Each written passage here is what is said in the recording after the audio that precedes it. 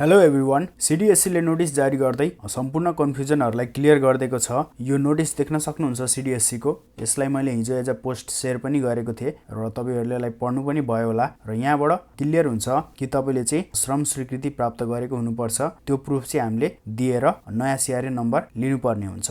So यही सम्बन्धमा रहेर आजको भिडियोमा हामी सीआरएन नम्बर लिनको लागि बैंकलाई कसरी कन्ट्याक्ट गर्ने हैन, अन्य के डकुमेन्टहरु हामीले चाहिँ पठाउनु पर्ने हुन्छ र कसरी पठाउने ती कुराहरुको बारेमा क्लियर हुने कोसिस गर्ने छौं। त्यो भन्दा पहिले यहाँनिर एउटा ग्लोबल आईएमई बैंकको नोटिस छ। यहाँनिर एकचोटी म फेरि एलिजिबिलिटी क्राइटेरियाहरुलाई म तपाईहरुको अगाडि राख्दिन्छु हैन। यहाँनिर क्लियरली भनेको छ नेपाल सरकारबाट श्रम अनुमति लिएको हुनुपर्ने र आफ्नो नाउँमा कुनै पनि बैंक तथा वित्तीय संस्थामा विप्रेषण अर्थात रेमिटेन्स बचत खाता खोलेको हुनुपर्ने। त्यसपछि विप्रेषण बचत खातामा पछिल्लो 6 महिनामा कम्तीमा 50,000 नेपाली रुपैयाँ आफू रोजगार रहेको मुलुकबाट जम्मा गरेको हुनुपर्ने। विगतको 6 महिनाको पिरियडमा है, ठ्याक्कै 6 महिना अगाडि गरेको हुनुपर्ने भन्ने होइन। मैले प्रिभियस भिडियोमा यो कुरालाई क्ल्यारिफाई गरेको छु। त्यसपछि डिम्याट खाता खोलेको र मेरो शेयर लिएको हुनुपर्ने। डिम्याट खातालाई विप्रेषण अर्थात रेमिटेन्स बचत खातासँग लिंक गरी नयाँ सीआरएन नम्बर लिएको हुनुपर्ने। र यहाँ तल डिम्याट खाता कसरी अनलाइनबाट खोल्न सकिन्छ त्यसको लिंक दिएको छ। यो पोस्टलाई मैले फेसबुकमा शेयर पनि गरेको थिएँ। हाम्रो इन्भेस्टर ब्रो फेसबुक पेज पनि छ, त्यसको लिंक म डिस्क्रिप्सनमा राख्दिम्ला। त्यसलाई तपाईले फलो गर्न सक्नुहुन्छ डेली अपडेटको लागि। सो यो नोटिस आउन साथ मैले सर्वप्रथम ग्लोबल आईएमई बैंकलाई मेल पठाएँ। यहाँनिर हेर्न सक्नुहुन्छ मैले चाहिँ सोधेको थिएँ मसँग रेमिटेन्स बैंक अकाउन्ट छ र मेरो पहिलेकै सीआरएन नम्बर भ्यालिड हुन्छ कि मैले अर्को सीआरएन नम्बर लिनुपर्ने हुन्छ। यदि अर्को लिनुपर्ने हुन्छ भने मैले कसरी लिन सक्छु भनेर सोधेको थिएँ र यहाँनिर रिप्लाई आएको छ।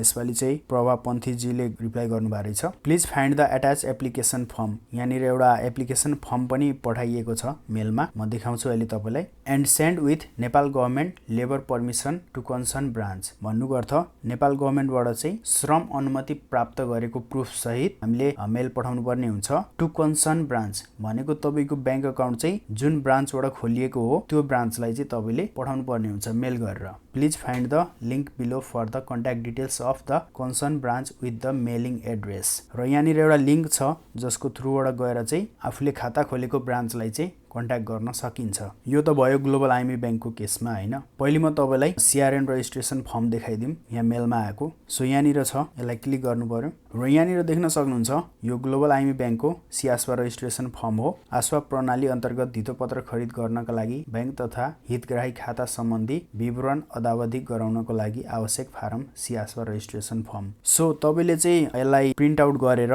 र यो फर्मलाई भरेर हैन, यसमा तपाईले सम्पूर्ण डिटेलहरु भर्नुपर्ने हुन्छ है। यो भरिसकेपछि यसलाई फोटोको फर्ममा हुन्छ या पीडीएफ को फर्ममा तपाईले चाहिँ तपाईको अकाउन्ट भएको बैंकको ब्रान्चलाई चाहिँ पठाउनु पर्ने हुन्छ।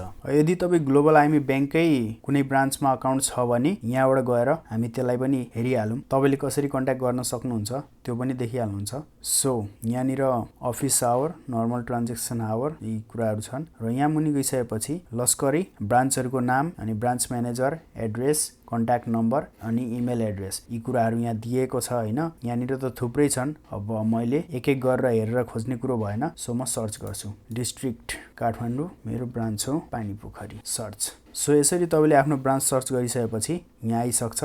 हेर्न सक्नुहुन्छ branch name, branch manager Basantraj Regmi, address भयो र कन्ट्याक्ट नम्बर। अब कन्ट्याक्ट नम्बर यहाँ फोन नम्बर पनि दिएको छ हैन र यहाँ इमेल एड्रेस पनि दिएको छ। म चाहिँ इमेल एड्रेस नै प्रिफर गर्छु। विदेशमा भइसकेपछि हाम्रो लागि यही नै बेस्ट अप्सन हुन्छ। सो यो इमेल एड्रेसमा चाहिँ मैले सीआस्वा रजिस्ट्रेसन फर्मलाई चाहिँ भरेर पठाउनु पर्ने हुन्छ र सँगसँगै श्रम स्वीकृतिको पनि प्रुफ पठाउनु पर्ने हुन्छ जुन कि तपाईहरुको पासपोर्टमा हानिएको हुन्छ। र सेम प्रश्न मैले यहाँ हाम्रो साउथ कोरियामा रहेको ग्लोबल आईएमई बैंकको रिप्रेजेन्टेटिभलाई राखेको थिएँ। नयाँ सीआरएन नम्बर लिनुपर्ने नोटिस आएको छ, के गर्नु पर्ला भनेर। र उहाँको मेसेज यहाँ हेर्नु। सीआरएन रेमिटेन्समा रजिस्ट्रेसनको लागि उहाँले यो पीडीएफ फाइल पठाउनु भएको छ। सेम एप्लिकेसन फर्म हो। यो फर्म भरेर श्रम स्वीकृतिको फोटो अनि जीएमई बाट पैसा रेमिटेन्स गरेको स्लिप पनि पठाउनु होला। यो जीएमई भनेको चाहिँ एउटा रेमिटेन्स कम्पनी हो कोरियामा भएको। सो यहाँबाट पैसा रेमिटेन्स गरेको स्लिप पनि पठाउनु होला भनेर चाहिँ उहाँबाट रेस्पोन्स आएको छ। अब उता त हामीले लेबर पर्मिट मात्र पठाउनु पर्ने भनिएको छ हैन, तर यता चाहिँ हामीले पैसा पठाएको स्लिप पनि पठाउनु पर्ने भनेर आएको रहेछ। यो पैसा पठाएको स्लिप पठाउनु अनिवार्य हो र भनेर सोध्दाखेरि हजुर भनेर रेस्पोन्स गर्नुभएको थियो। र ग्लोबल आईएमई बैंकको रिप्रेजेन्टेटिभहरु चाहिँ साउथ कोरियामा मात्र नभई अन्य 9 देशहरूमा पनि छन्। तपाईँ यदि उहाँहरूलाई कन्ट्याक्ट गर्न चाहनुहुन्छ भने उहाँहरूको कन्ट्याक्ट डिटेल्स, इमेल एड्रेस, नाम सहित मैले इन्फर्मेसन सेयर गरिसकेको छु अलरेडी। यहाँनिर हेर्न सक्नुहुन्छ।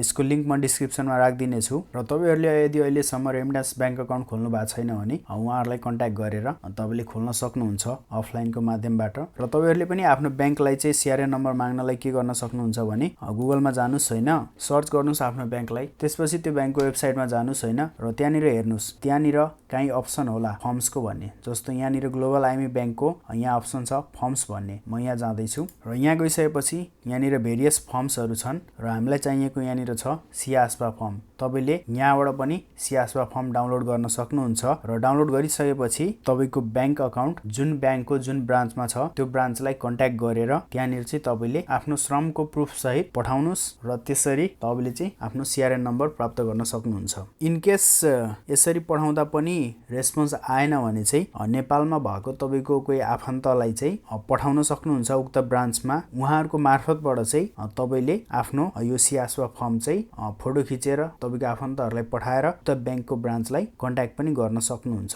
एउटा यो अप्सन पनि रहन्छ। र कमेन्ट सेक्सनमा आएका अन्य क्वेसनहरूलाई चाहिँ म नेक्स्ट भिडियोमा कभर गर्नेछु। सो भिडियो मन परेमा लाइक गर्नुहोस्, च्यानलमा नयाँ हुनुहुन्छ भने सब्सक्राइब गर्नुहोस्, सेयर गर्नुहोस् अन्य साथीहरू माझ ताकि सबैलाई यो इन्फर्मेसन पुगोस्। हाम्रो फेसबुक पेज इन्भेस्टर ब्रोलाई फलो गर्नुहोला डेली अपडेटको लागि। यति भन्दै बिदा चाहन्छु। हस्त, धन्यवाद।